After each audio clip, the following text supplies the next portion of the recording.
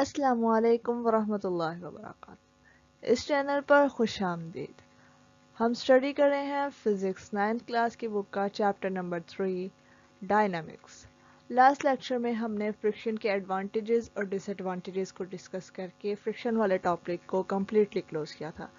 आज के लेक्चर में हम पढ़ेंगे यूनिफॉर्म सर्कुलर मोशन और इससे रिलेटेड टर्म्स। तो सबसे पहले तो हम ये देख लेते हैं कि हमारे पास कौन कौन सी जो है टर्म्स जो आज हमने डिस्कस करनी है। तो इन टर्म्स में है हमारे पास सर्कुलर मोशन, सेंट्रीपिटल फोर्स और centrifugal force. So let's start. इन सबको अब हम एक एक करके डिस्कस करते हैं।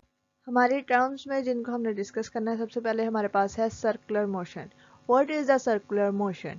The motion of an object in a circular path is known as circular motion. यानी कि जो हमारा पाथ है या वो रास्ता जिसमें किसी भी ऑब्जेक्ट ने जो है मूव करना है वो सर्कुलर पाथ होगा, तो उस ऑब्जेक्ट की जो मोशन होगी वो सर्कुलर मोशन कहलाएगी। इसमें हमारे पास एग्जांपल्स क्या हैं? एग्जांपल्स है हमारे पास एक स्टोन जो कि धागे के एक सिरे से बंधा हुआ है और दूसरे सिरे को हाथ की मदद से जो है घुमाया जा रहा है। और दूसरी एग्जांपल जो हमारे पास है वो है हमारे पास motion of moon around the sun. और बाकी जो एग्जांपल्स हैं उनमें हमारे पास हम कह सकते हैं कि फेरिस व्हील की भी एग्जांपल ले सकते हैं कि वो एट अ टाइम जो है वो रोटेशनल मोशन होने के साथ साथ सर्कुलर मोशन भी होती है। वो अपने एक्सिस के गिर्द रोटेट भी करता है जो पूरा का पूरा व्हील है, और उसके इर्द गिर्द जो कैरेजेस वगैरह होती हैं डिफरेंट पॉइंट्स पे, तो वो जो कैरेजेस होती हैं वो सर्कुलर मोशन शो कर रही होती हैं। सो नेक्स्ट हमारे पास जो टर्म है वो है centripetal force. Basically centripetal force है क्या? सेंट्रीपिटल फोर्स एक ऐसी फोर्स है जो किसी भी ऑब्जेक्ट को सर्कुलर मोशन में रखने के लिए ज़रूरी होती है। इसकी डेफिनेशन क्या है हमारे पास? इसकी डेफिनेशन है the pulling force that continuously changes the direction of motion and remains towards the centre of circle is called centripetal force. इसकी डेफिनेशन से क्या पता चल रहा है कि कोई ऑब्जेक्ट जो है वो जो है स्ट्रेट मोशन शो करना चाहे अगर, लेकिन सेंट्रीपिटल फोर्स जो होती है वो स्ट्रेट मोशन के जो है डायरेक्टली परपेंडिकुलर होती है, तो फिर वो क्या करती है उसको जो है खींचती है, तो इस वजह से क्या होता है वो थोड़ा कर्व हो जाता है। फिर नेक्स्ट पॉइंट पे जो है वहां पे भी सेंट्रीपिटल फोर्स जो है वो एक्ट कर रही होती है। इस तरह हर पॉइंट पे वो एक्ट कर रही होती है, तो वो कर्व होते होते क्या होता है उसका जो पाथ होता है वो सर्कुलर पाथ में चेंज हो जाता है, और वो जो मोशन शो करता है वो सर्कुलर मोशन कहलाती है।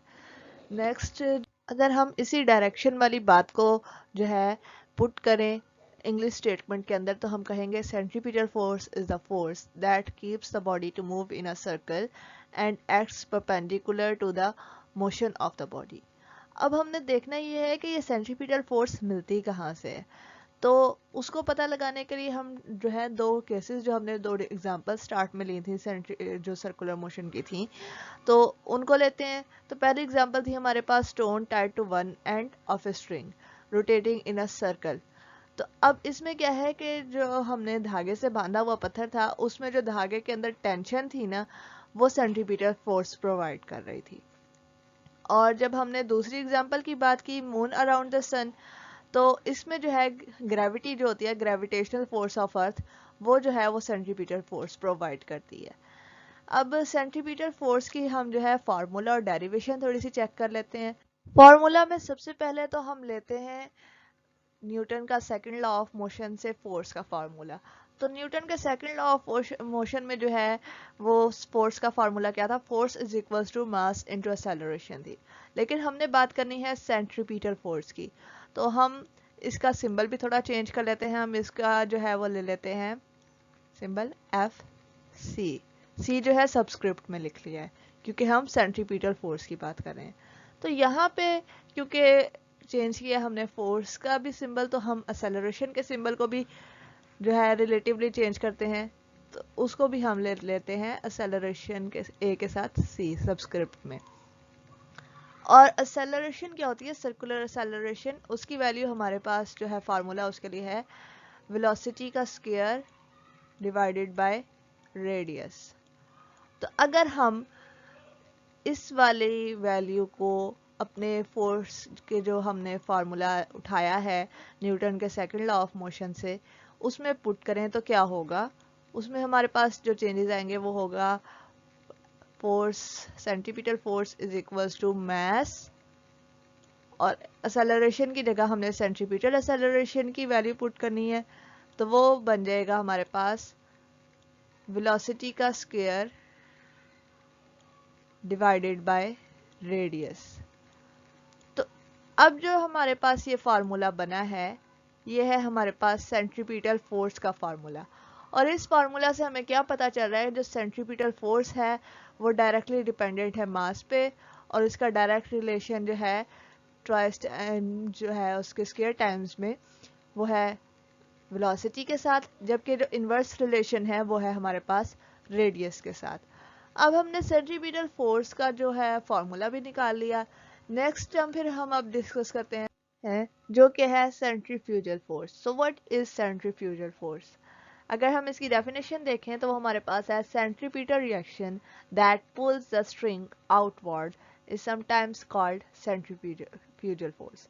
देखिए सेंट्रीफ्यूगल फोर्स क्या है, अगर हमारे पास सेंट्रीपिटल फोर्स जो थी वो एक्शन फोर्स थी, तो सेंट्रीफ्यूगल फोर्स जो है वो हमारे पास रिएक्शन फोर्स है। और जिस तरह हमारे पास सेंट्रीपिटल फोर्स इनवर्ड एक्ट कर रही थी, जैसे हमें इस डायग्राम में नजर आ रहा है, तो जो सेंट्रीफ्यूगल फोर्स है वो आउटवर्ड एक्ट कर रही है। इसका रीजन क्या है, ये हमें न्यूटन के थर्ड लॉ ऑफ मोशन से पता चलता है कि every action has a equal and opposite reaction.